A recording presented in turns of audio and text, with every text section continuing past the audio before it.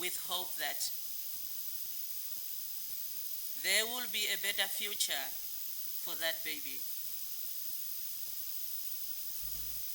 Let's think about a homeless resident of Windhoek who have been living without a place to call home. And that resident has the same high expectations from this new leadership. Therefore, we have a duty to stick to the promise we made to our residents and to make sure that service is delivered to the betterment of their livelihood.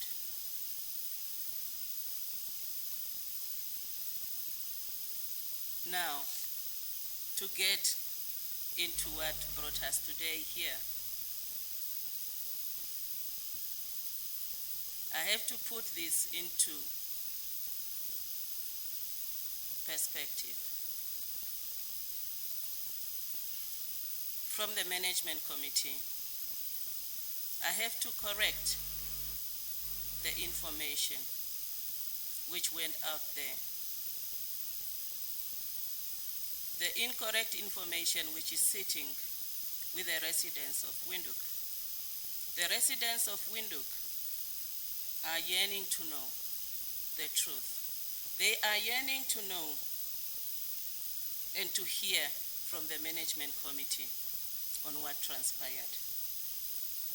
And to start with, it is very important to know that Namibia is a unitary democratic republic with 3 spheres of government, which are the national, regional, and local government.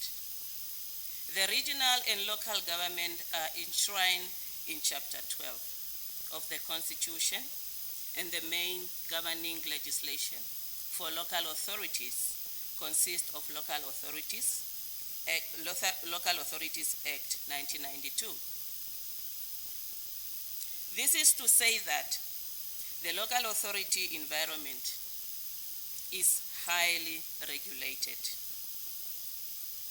And local authorities cannot do anything else except what the law permits it to do.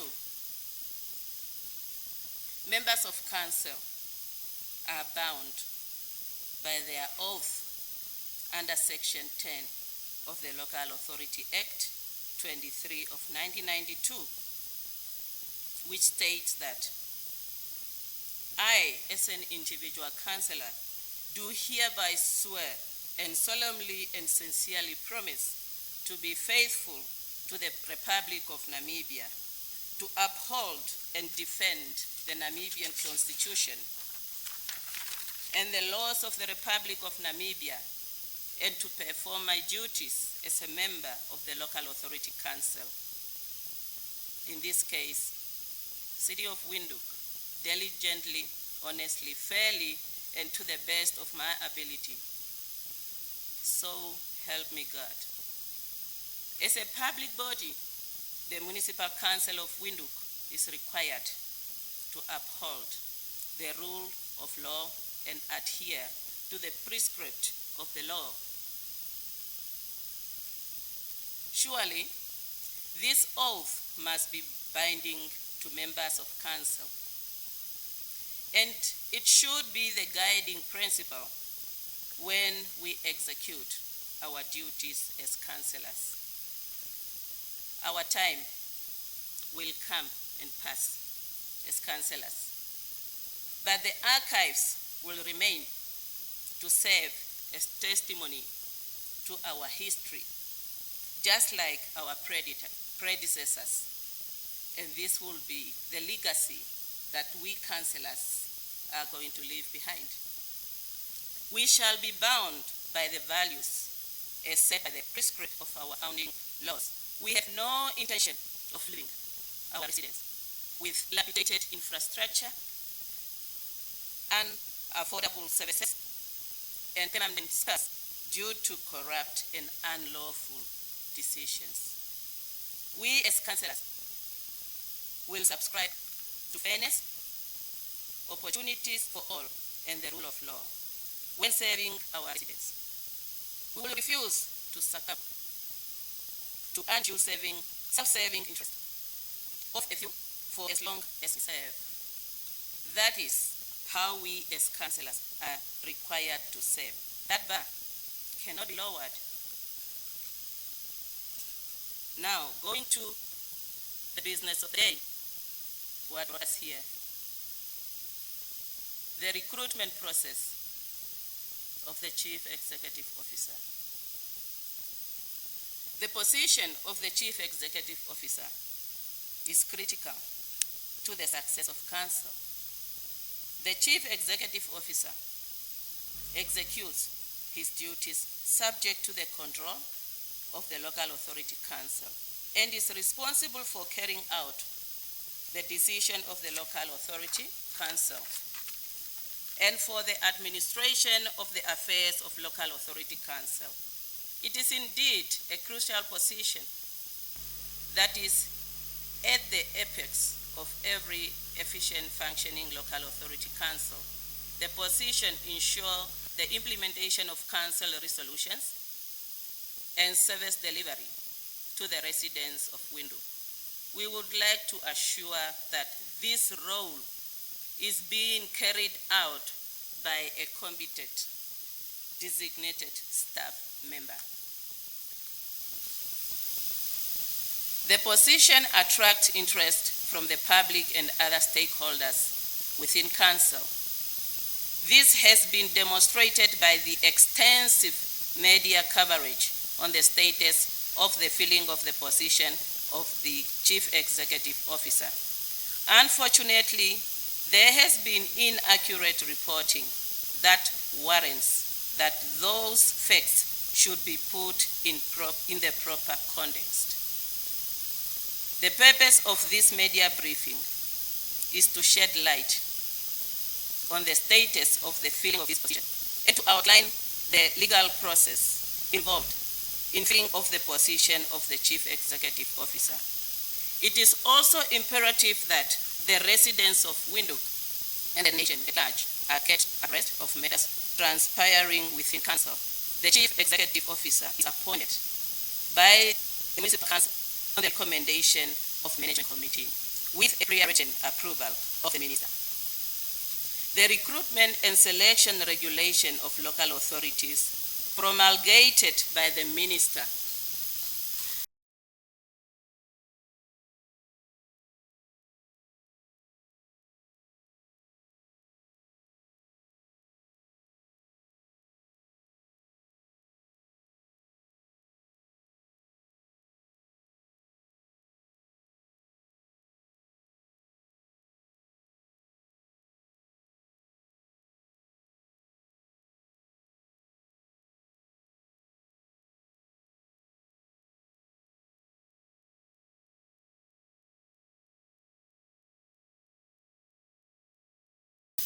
governed the recruitment and selection process of the Chief Executive Officer.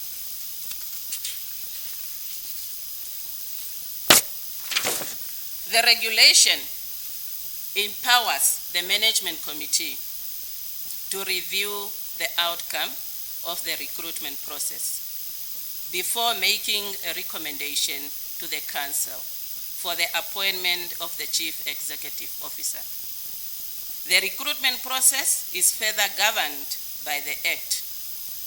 As a result, the recruitment process for the position of Chief Executive Officer is regulated by law.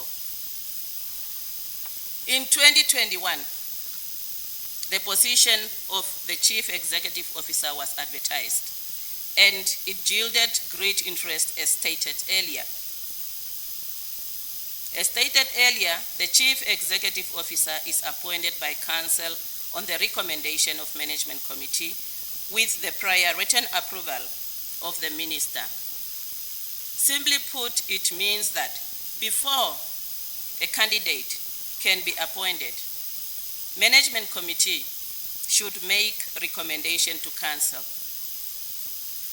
Council should thereafter obtain approval from the Minister before an appointment can be made. The recommendation by Management Committee is a prerequisite for appointment by Council with the approval of the Minister. Management Committee is established by Section 21 of the Local Authority Act. The powers and functions of the Management Committees are set out in Section 26 of the Local Authority Act, Section 27(1) of the Local Authorities, and the Recruitment and Selection Regulation empowers Management Committee to recommend the appointment of the Chief Executive Officer to Council. It is therefore apt to state that Management Committee has a statutory duty in relation to the appointment of the Chief Executive Officer. This duty, as stated earlier, should be exercised within the prescript of the law. Management Committee is empowered to restart the recruitment process if it has reasons to believe that the interview panel has not been transparent or that there have been irregularities in the recruitment and selection process, or that the recommendations made by the interview panel are not in the best interest of the Council. Management Committee should base its decisions on written reasons. At its meeting held on 2nd November 2021, Management Committee, in exercise of its statutory duty and after due consideration of the recommendations made to it by the interview panel, invoke Regulation 27(8)A, which empower it to request the acting strategic executive, human capital and corporate service to restart the recruitment process, as it found irregularities in the recruitment process. The reasons are summated as follows.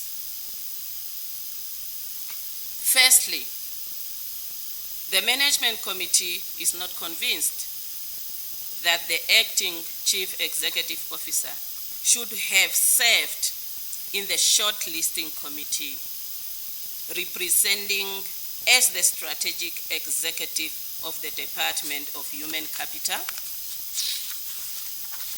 and Corporate Services, while an acting strategic executive is appointed to serve in the same portfolio. Secondly, the advertisement that was published was not complied with, in line with Regulation 16(4), reading as follows.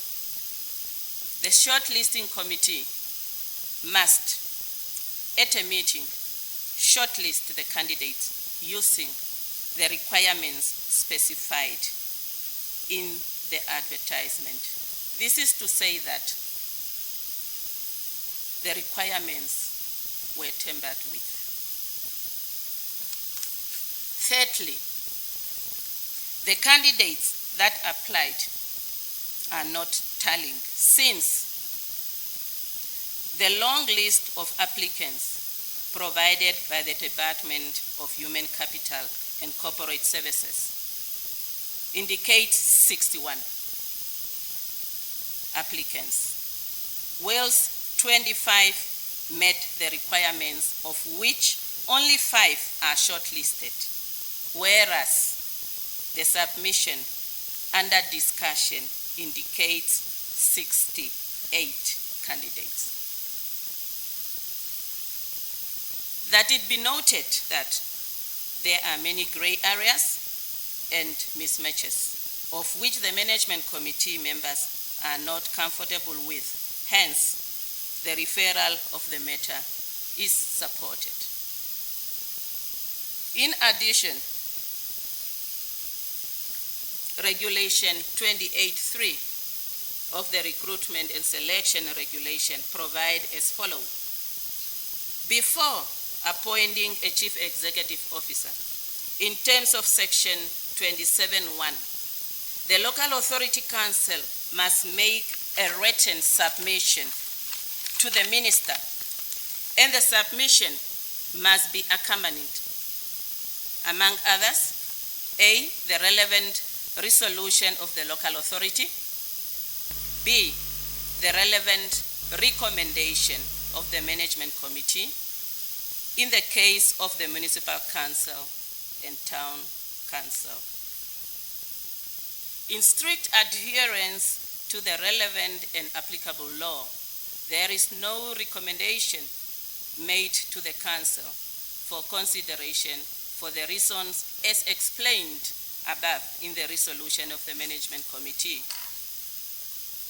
In conclusion, it is imperative to reiterate a few things.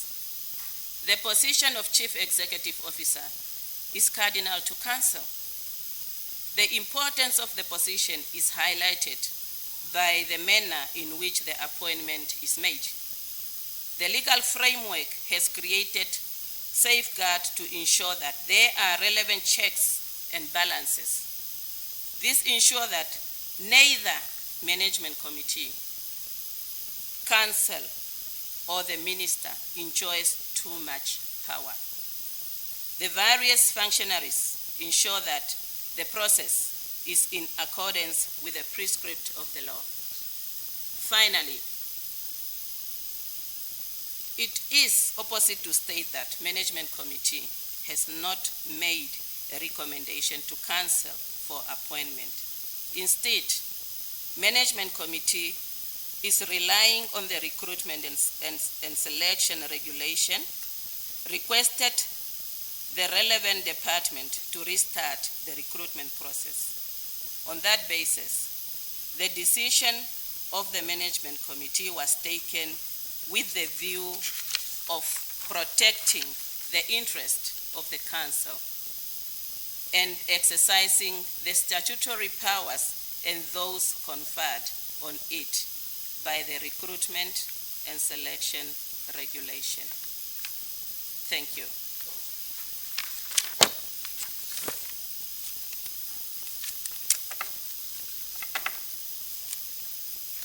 Thank you, Ms. Larandja. Members of the media, a question or two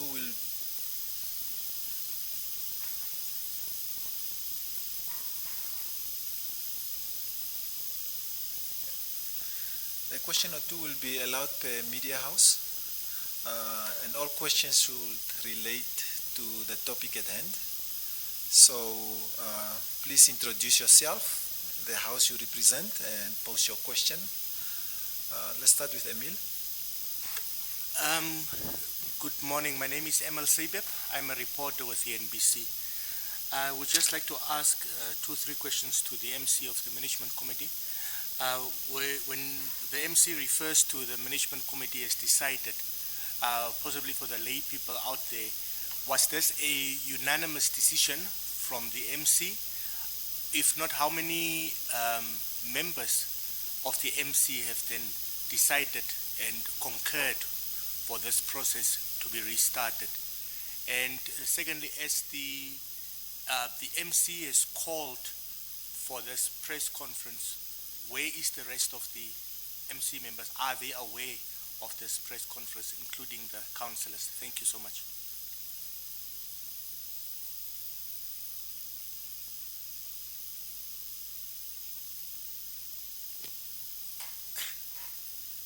Thank you, Emil.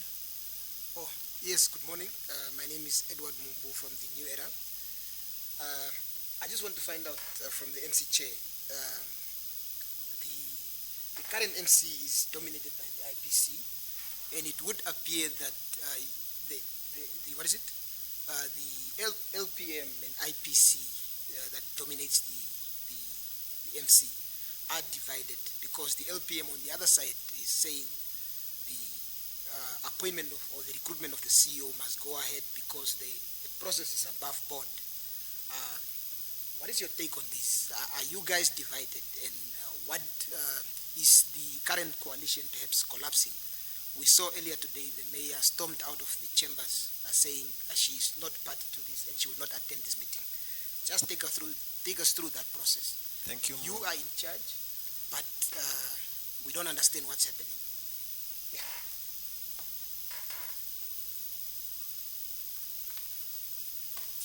Thank you so much. My name is Kevin. I report for Eagle FM.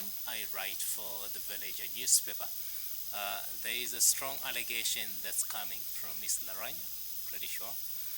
It's the first time that we talk face to face. You say that the process was tampered with. The question is, who tampered with that process? Are you able to put that in black and white for us? And also there's pressure also that's coming from Mr. Conrad Lutombi, himself an interested party to this whole process. How have you also reacted to that?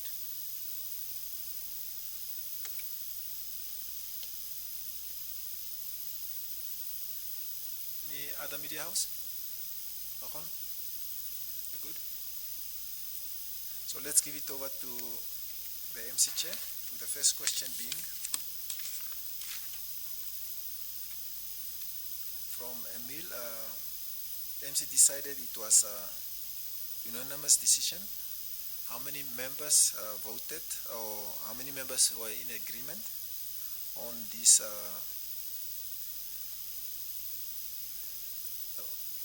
Yeah. The MC Chair can just respond from where she is.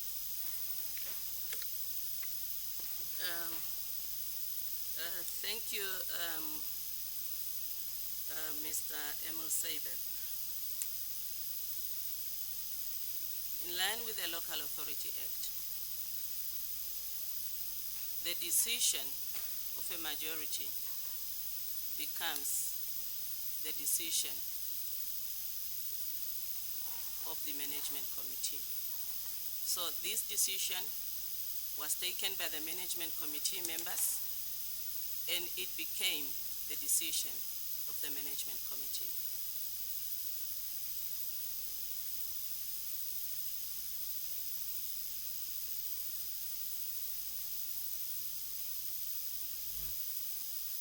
Thank you, MC. Chair. The next question was from New. Where is the rest of the MC members?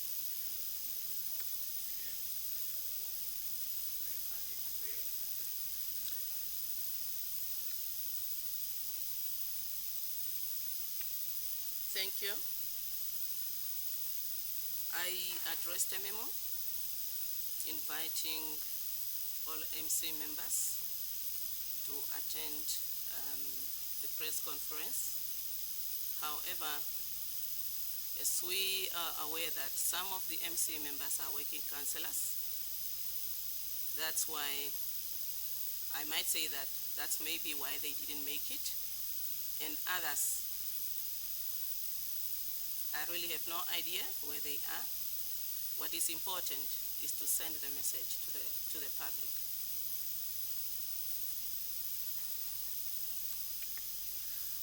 The next question from Edward. The current IPC and LPM seems to be divided.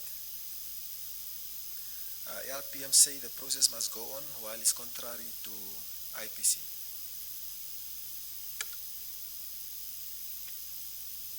Thank you. I really fail to understand why this is made to be political party issues, IPC and LPM. The decisions taken is in the best interest of the Constitution.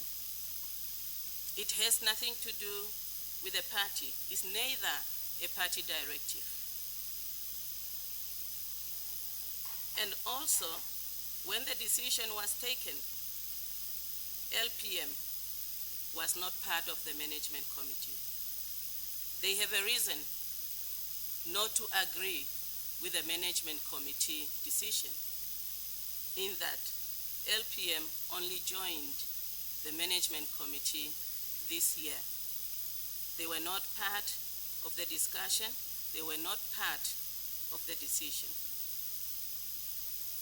And also, the management committee, although it is dominated by IPC, the decision was not taken by IPC only.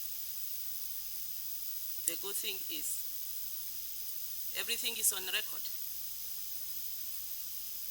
And the record will tell how the decision was taken. As I said, the decision of the majority becomes a decision of the management committee, but not of IPC. IPC has nothing to do with this. IPC never provided the selection and the recruitment and selection regulation. Management committee executed the requirements imposed upon them by the selection and regulation, selection and recruitment regulation.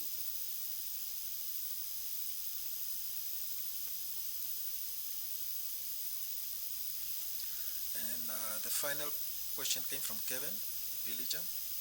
You say the process was tampered with. Who tampered with this process? And the second question from me was the pressure from Lutombi that appeared in last week's papers.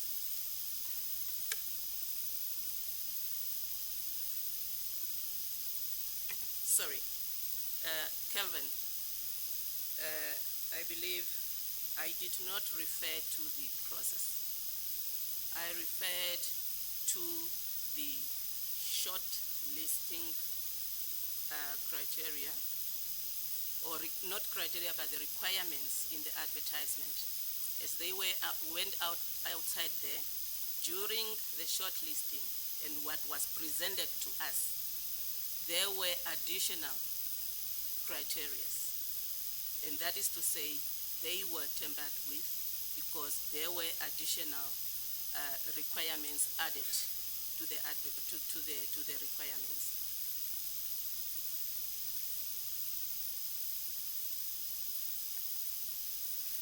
Thank you.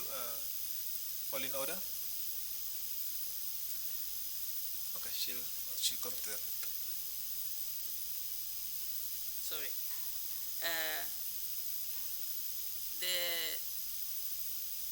The threat coming from Mr. Lutombi, he has his own right to exercise as a Namibian, because he participated in the interview. However, what he is referring to, we did not see any official communication that came from us informing him as a successful candidate, or that he is perhaps prejudiced, until we get an official communication that was submitted to Mr. Lutombi. Is only when the management committee, which dealt with the matter, will comment on the allegations.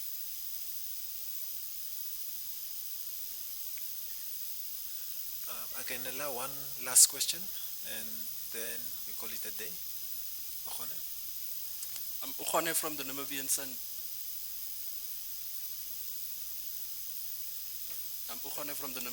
Newspaper. Just want to, on the issue of Mr. Mayumbelo, what is the issue with Mayumbelo? If you as MC placed him on the panel in the first place, what is your issue now with Mr. Mayumbelo? What is the issue with Mr. Mayumbelo if you had placed him on the recruitment panel? Thank you very much. Thank you, Mr. Okhone. The management committee reasons are centered around the shortlisting committee, not on the panel. You only proceed to the panel when you get assurance that the shortlisting criteria are fully complied with. So I cannot comment on the panel. Before we call it a day, I want to call upon Councillor Hecht just to give us some background with regard to the finances.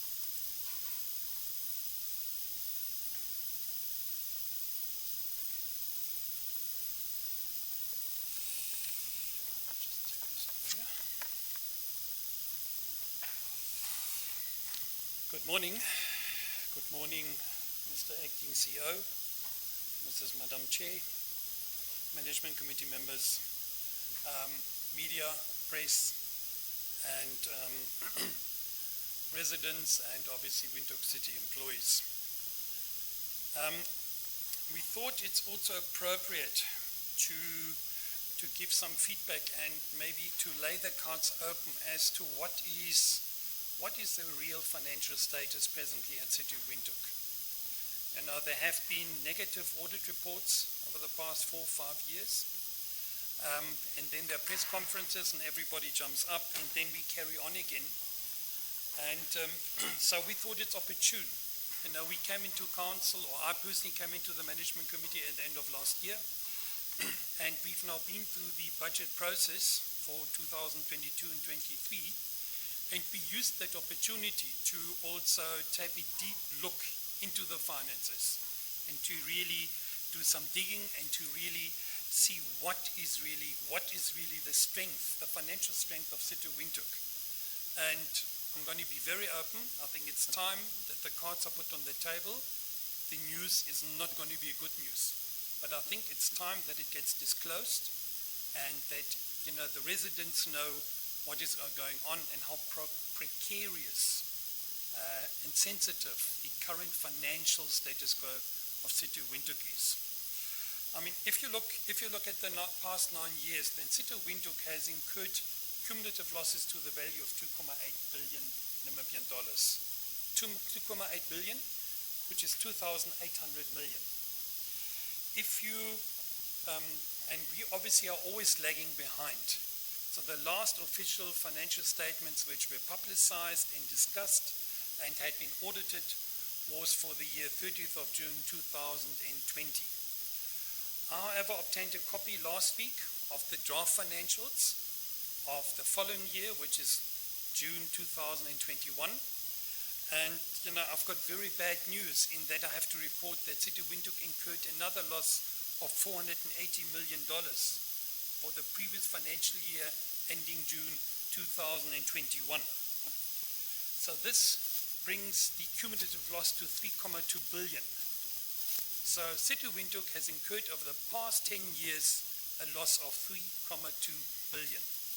Now, if we would have only managed to create a break-even, then, and you assume that maybe a good, proper, solid 2-bedroom house in Hunt Street, Gencher Street costs you 500,000, then 6,400 houses could have been built with that 3.2 billion loss.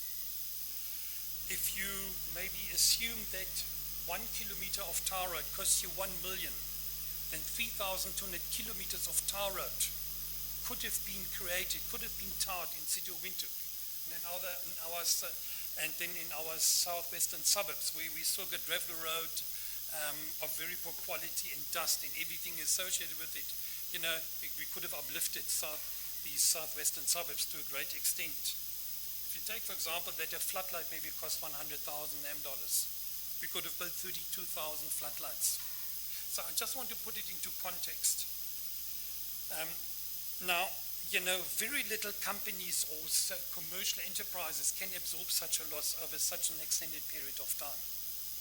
And this has taken a toll on the solvency of City of Windhoek.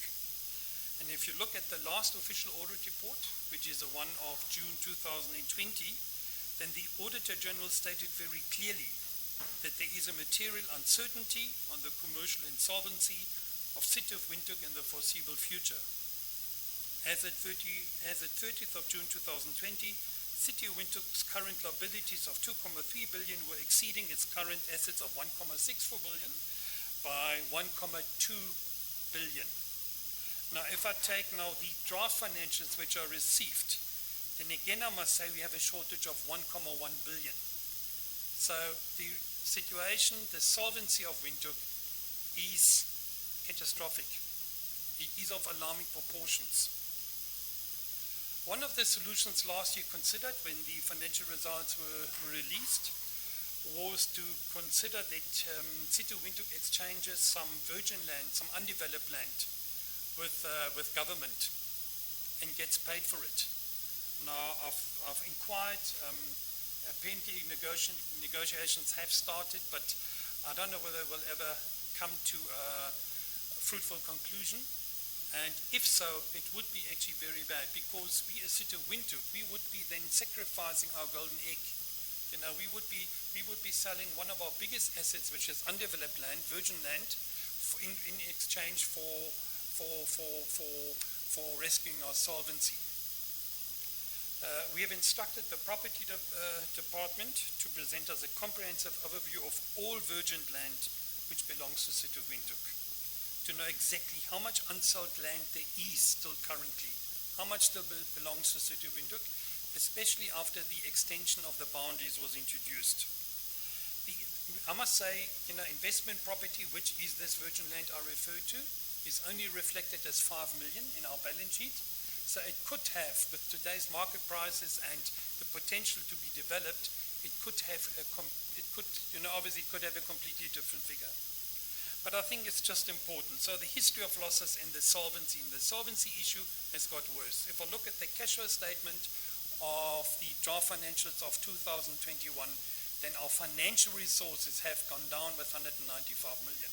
So we've bled 195 million in the previous financial year. And mind you, we're actually into the new financial year, because the financial year 2020, we closed off, what's today, 25th month, so we closed it 25 days ago.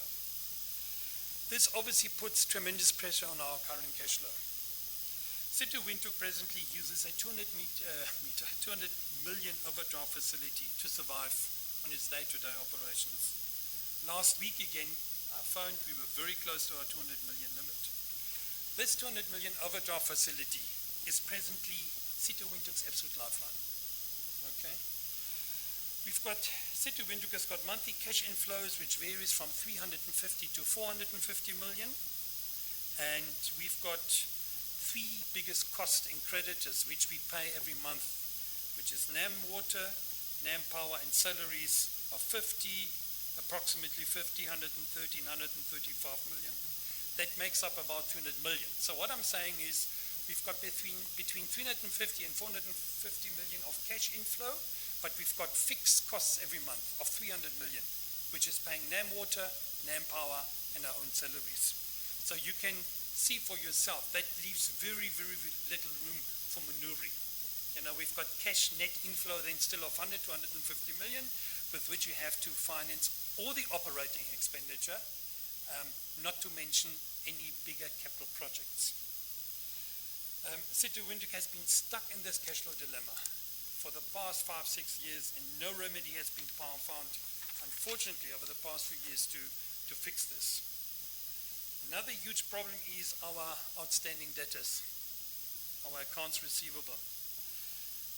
In other words, services which we as City of Windhoek deliver, which we don't manage to collect. Our outstandings at the end of March this year, March 2022, amounted to 1.2 billion, of which 929 million was in arrear. It means only the difference was current. We've got handovers to rate force of 450 million, pensioners hours 95 million, normal clients and business clients, so to speak, of 120 million is being owed, SOEs and government owes us 78 million, and so it goes on. These are some of the bigger components. The historical poor management of cash collections is an integral part of City of Windhoek's cash flow dilemma. Total impairments, it's a different word for provision for bad debts, of 700 million have been provided. You know, accounting standards for City of Windhoek to review always at every year end within drafting the financial statements, compiling financial statements, to look at the recoverability and make a provision. So of that 1.2 billion which we currently have as outstanding, we have provided 700 million already. Again, bad debts and poor collections are, I suppose, an inherent part of any business and any organization. But this is completely out of hand. If you look at the 700 million provision again, what could we have done with it? We could have built 1,400 houses of $400 each, the 2-bedroom houses. We could have tarred 700 kilometers of roads in Windhoek. We could have put up 7,000 floodlights. We could have done so many different things. So City of Windhoek is unfortunately not able to collect its own revenue. We've got another big issue, and we have to talk open about it, and that is the excessive remuneration policy. It's no secret that City of Windhoek pays some of the highest salaries in Windhoek, if not in Namibia. City of Windhoek employees in general earn between 30 to 40% above market rate salaries. And this fact, of course, poses in itself a major problem to our existing cost structure. The 30 to 40% above market related remuneration was confirmed again to us by the SE of Human Capital. So we're not sucking this out of our thumb. We're not making allegations here. This is a fact. When the SE of Human Capital presented the budget for 2022-23, he admitted, and we'll circulate it later, this is according to Patterson Grading, and those of you who are familiar, Patterson Grading is an internationally recognized salary grading scheme, and it starts in the lowest ranks. We pay 620% above market rate, and it goes on up to the highest levels where we pay up to 144% more than what the market pays. So this is a fact. Here it is. It's not an allegation, it's factual. So we have to look at this. We cannot afford it. If you look at our budgeted employment cost now for the new financial year of 1.63 million, if you just take savings of 30% or 25% reduction rather, on a total salary bill of 1.63 billion would amount to 410 million. If you reduce it by 30%, we would save 500 million. So we just want to show you the components and the factors which are at play here, and especially in view of the financial predicament we are in. Another thing we discovered is that there is a star vehicle financing loan arrangement. Let me explain to you. City of Windhoek has got with Westbank a facility of 100 million to acquire vehicles. I think currently 5 to 7 million is being used by City of Windhoek to acquire vehicles for its own purpose. About 59 million has been used by management and by certain staff grading, I believe from Patterson Grade D upwards, to acquire cars at a fixed interest percentage of 5%. Now, you all know, and the facility I have to add is at current prime, which is 8.5%. So what it means, a City of Windhoek employee can buy a car, it gets financed at 5%. However, City of Windhoek pays for it to Westbank 8.5%. The interest differential of 3.5% is being carried by City of Windhoek. It's part of our operating expenditure. Now, different companies and different organizations have different schemes. But in view of the excessive remuneration policy already, one obviously has to look at it again in a different light. And coming back to the excessive remuneration policy, interesting, I had a meeting 2 weeks ago in which 3 ministers were present. One of them was Minister Utoni, and he echoed the same words. He said, your salaries at City of Windhoek are too high. So I think it's very important to take note of that. So to come back, presently there are cars being financed at 8.5% because that's prime. We all know last week in South Africa there was a rise in the prime rate of 0.75%. It usually takes 2 to 3 weeks, and it spills over into our Namibian market. So one, I think it's only fair to assume that this prime rate of 8.5% will rise to 9.25% very quickly in the future, but the cost to a City of Windhoek employee is still 5%. Again, please, we have to see this in relation to the financial predicament we are in and the financial losses we are making. We've got a post-retirement healthcare benefit scheme, and I'm actually very surprised that this hasn't drawn any attention in the past.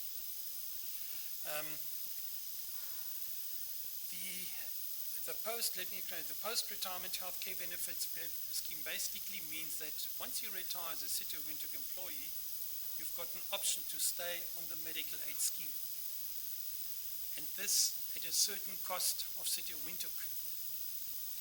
Now,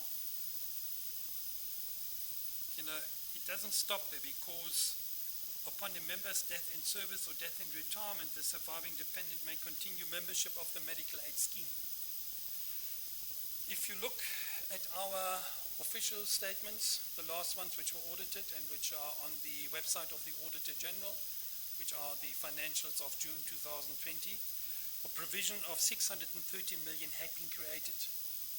What happens every year at year end, especially now, actuaries come in, highly trained and highly qualified rather financial people, and they work out what will be the future liability. We've got presently 593 City of Windhoek employees who have retired, who are enjoying this benefit. This costs us 2.3 million per month. So City of Windhoek currently pays 2.3 million per month in medical aid contributions of retired employees. We've got a further active 1,875 employees who are entitled to this benefit once they retire. It is assumed from HR or Human Capital that about 90% of the in-service members will remain on this municipal healthcare arrangement. This is an open-ended liability. So as more City of Windhoek employees retire, this provision needs to be adjusted and upwards adjusted. For the current new financial year, we made a provision of 160 million more or less to just adjust this provision again. So this provision, whilst in the draft financials they read 730 million, there has been another 160 million put through. So what I'm saying, we're getting close to 900 million. And the question is, in wake of our financial precarious situation, this is a problem.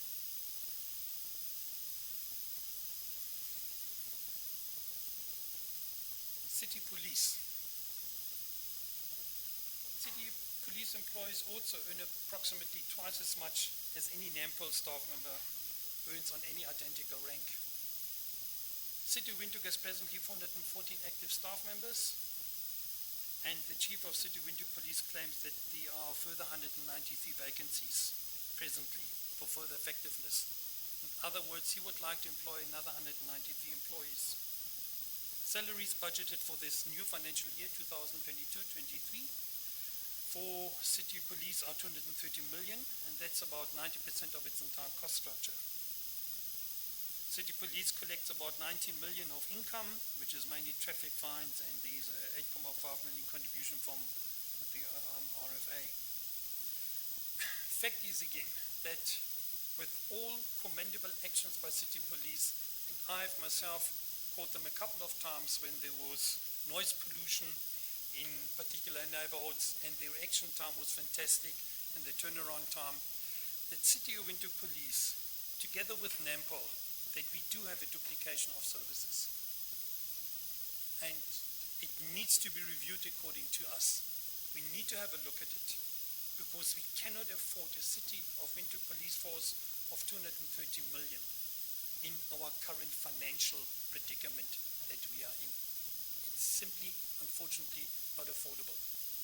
So we need to look where we can align with NAMPOL and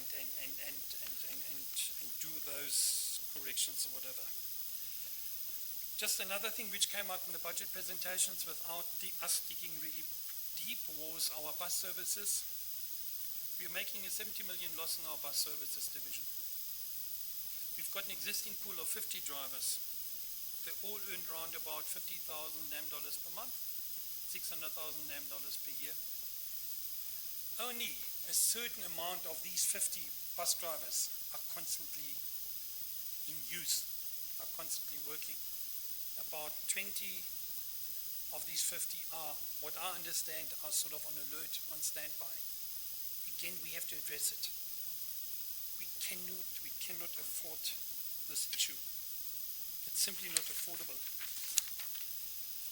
Our budget 2022-23, we had lengthy meetings with individual departments and presentations, and obviously the directive was to save costs and expenses for the new financial year now, which we just started, 2022-23.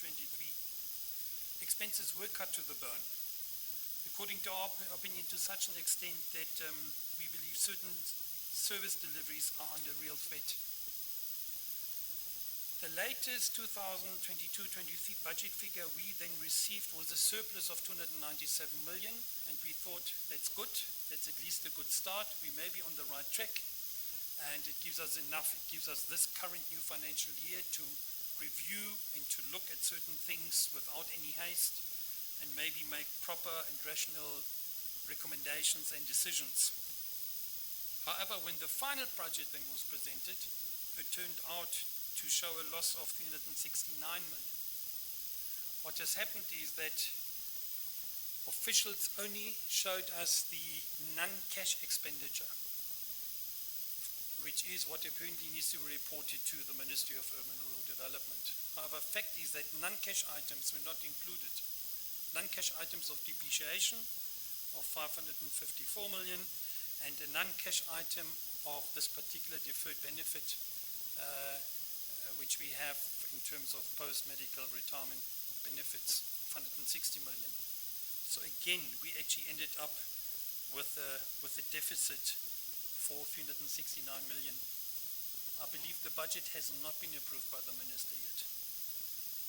The initial capex budget of 1.1 billion, which was sort of a wish list of all the strategic executives, was reduced to 630 million. And we are very doubtful, if we look at the past, that we simply haven't got this excess money to even invest 630 million. So what we're saying is, as I said, cash flow is a sincere problem. Our losses are a sincere problem. Something needs to be done. If we look at our future major capital projects, which are of real significance for City of Windhoek and for us as residents, then we are extremely concerned about the future water supply. And let me tell you why. We presently have unaccounted water losses, and there are many disagreements up to what range. Worst case 30%, normally up to 12 or 15% on our current existing water pipe infrastructure. So this would mean that for every 100 cubic meter we buy from NAM water, we only manage to bill 85 million to the resident. This is so because of our aging and brittling water pipes and so-called reticulation losses. There are also staff, there are metering problems, etc., etc. The fact is, however, that no maintenance was done over the past few years on our existing water pipe infrastructure. And it is suggested, it is estimated that we need to, put in how many millions to just get this water pipe system back into a proper state and where we can prevent water losses. City of Windhoek requires a bigger output capacity on its current water treatment plant, which is called the new Goreangab water treatment plant. Similarly, the Gamam's water treatment plant, which pre-treats and filters direct domestic sewage water and feeds this into the new Goreangab water treatment plant, must also be upgraded. Thus, a new and higher capacity water treatment plant needs to be built within the next 4 years at least, or at the latest. The estimated cost of 1.2 billion. Water, just for interest sake, water presently produced by the Goreangab water treatment plant is about 4 to 5 cubic NAM dollar in cubic meter cheaper than the water we buy from NAM water. So it's critical. Gorianga water treatment plant supplies between 24 to 26% of our total water supplies. So it's about a good quarter. So it's critical. I mean, we've been the forerunner in treating sewage water, converting it back into water fit for human life consumption.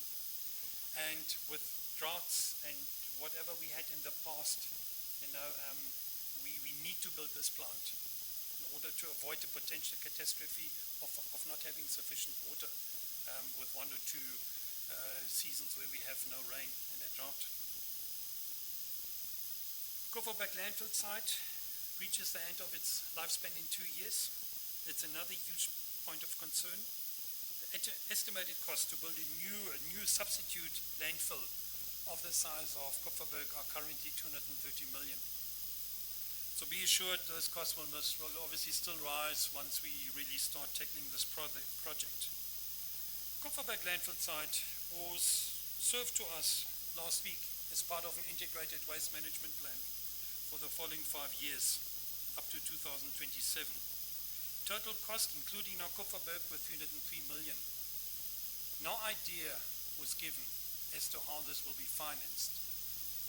You see, and then we have, I read in the newspaper, we as management committee, we are hindering growth, or we are procrastinating. But I mean, these are the type of items which are served where the financial plan and the financing as to how we will pay for 303 million is not indicated at all. Imagine you want to buy a house for 2 million in Vanaheda or Pioneers Park or whatever. Either you've got the cash, then you can buy it. If you don't have the cash, you have to go to a commercial bank. And then you have to make arrangements and you need to give a plan, a repayment plan. So, we've got the same predicament here. So, if you look at those two projects, the new water treatment plant, if you look at Koffieberg landfill site, which needs to be replaced, we're looking at 1.5 to 1.6 billion, which we need to tackle in the next between 2 to 5 years. We do not have the money. So in summary, this is some of the items and some of the features which we discovered and which we become very, very worried about. So this should also make it very clear to the public why a management committee presently and ultimately the council will not be able to deliver and perform in the near future at City of Windhoek. We simply don't have any money. We're insolvent. We are insolvent. You can compare, to use an analogy, you can compare City of Windhoek to a Titanic, which has hit the seabed, and its present only lifeline and oxygen line is a 200 million overdraft facility it has. Take that away, and the passengers, which are the employees and also the residents in terms of service delivery, will suffocate. So we just want to make it very clear. And some radical, in order to save the city, in order to secure future supplies of any nature, we have to do some radical financial engineering, and we have to do it soon. We have to do it very soon. So I'm sorry, I'm the bearer of bad news, but I think it's high time that residents and that media and that we know what is really the financial status here at City of Windhoek. Thank you.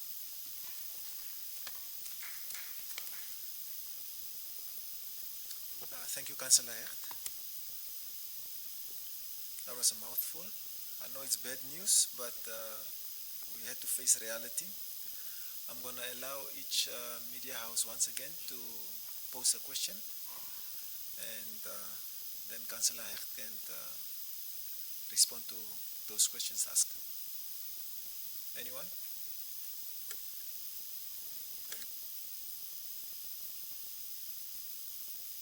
If we have such a dire commerce and industry review magazine, if we have such a dire financial situation, and we recently had the mayor is taking here and taking there, and up to now we haven't had any message from the council as the way forward, as they're addressing that, don't you think that would be one of the first ways to curb the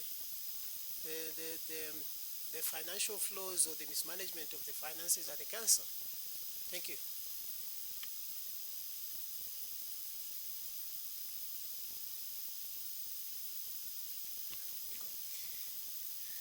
Thank you so much. Once again, it's Kelvin from Eagle FM. Talking about the salary structure that you say is very unsustainable and just so high. If you actually say that you pay the highest salaries in the rest of the country, what is it that you're doing on the ground to cut on those? And is there a commitment, especially from our MC and the staff, for those cuts to be made?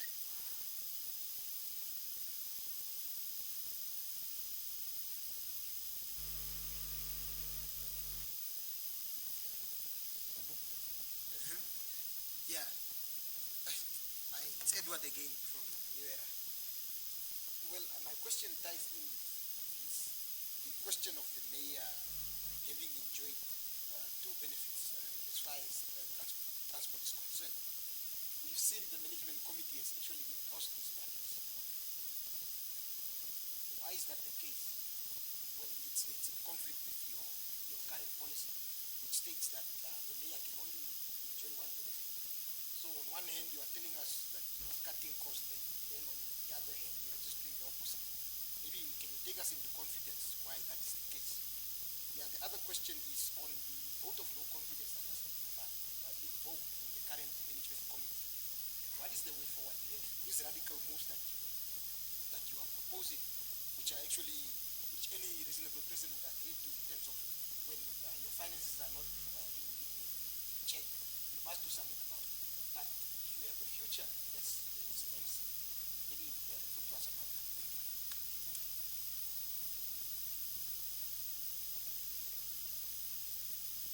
Thank you. Let's jump to the first question. The dire financial situation. The mayor is traveling or there's some money spent. Why are we not cutting given the financial or the dire situation of the institution? That's by Stephen. I think it's most probably a case that the mayor believes that, as I alluded to, that we currently for this new financial year are expecting a surplus of 297 million. If you are financially not so well familiar with these concepts, then I suppose that is the figure which hangs in your head. And when non-cash expenses are presented to you in the final picture, then it most probably doesn't really mean so much. Okay. We've got from Eagle FM, salary structure is high. What is it that MC is doing on the ground to curtail or to remedy this situation? You see, it's interesting. As I said, those excessive or those above market rate salaries represented by the head of human capital himself. So maybe the head of human capital should initiate this.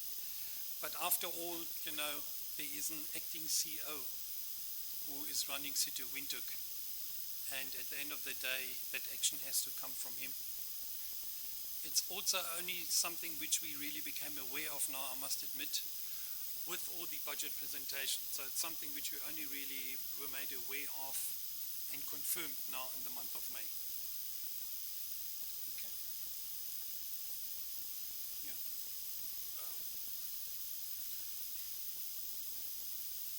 Good evening, everyone. Regarding the issue of the salaries, we are aware of it. What has been happening now is that over the past week or so, we've actually launched an initiative, financial initiative, to turn around the City of Windhoek. Obviously, that initiative will look at various aspects. One of them is obviously on the income, meaning that what we are billing is cost reflective, that we are basically pricing our services correctly.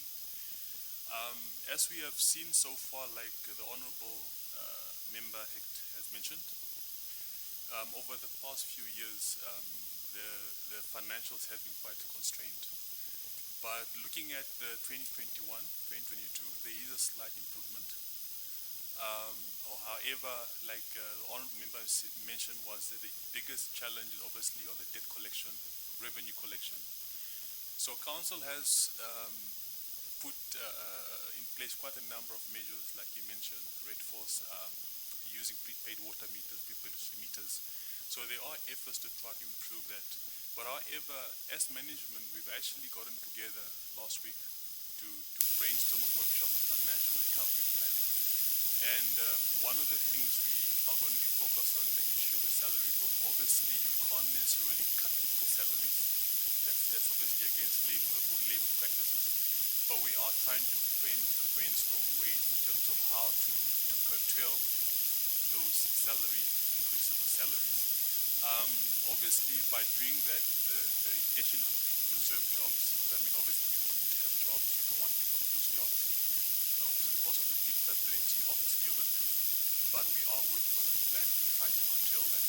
Based on the figures, I can't give the full details, but based on the figures, if we do implement some of those curtailing initiatives, within the next 2 to 3 years, we should start actually breaking even as council. So there is some light at the end of the tunnel, but again, these plans are still at infancy stage, and hopefully once they are done, they will then be presented to MC and also to council and to the public. But we are working on a plan. Thank you, CEO. Yeah.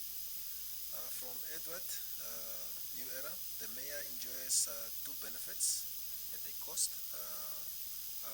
Given the financial situation of the institution, MC endorsed the mayor's benefits or condoned. What is your take on this? Thank you very much for the question. First of all, one need to define the word condoning. The request on condoning came to the management committee as an acceptance that something wrong was done and it must be condoned. After condoning, you correct the future, you correct that going forward, what was done wrong should not be repeated. And the condonation was done on the basis of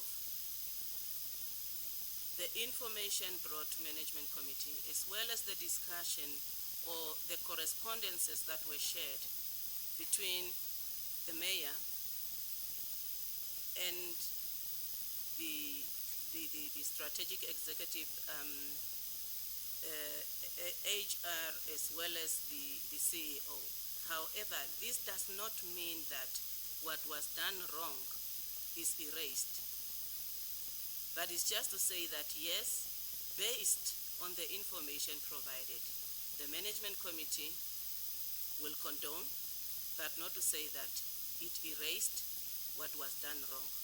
However, I learned that what went outside there in the media is that the management committee actually legalized or authorized the mayor to continue enjoying both benefits. No, that is not the case.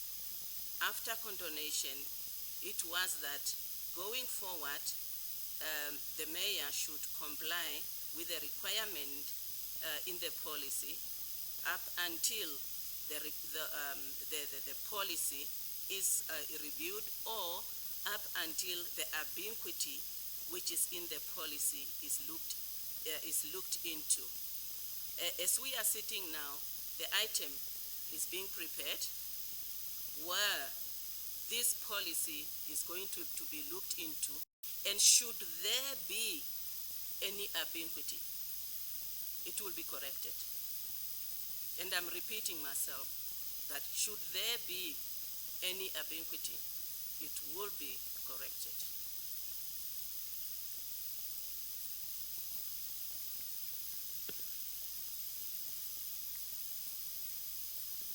Thank you, Chair Lady. I believe we came to the end of our proceedings.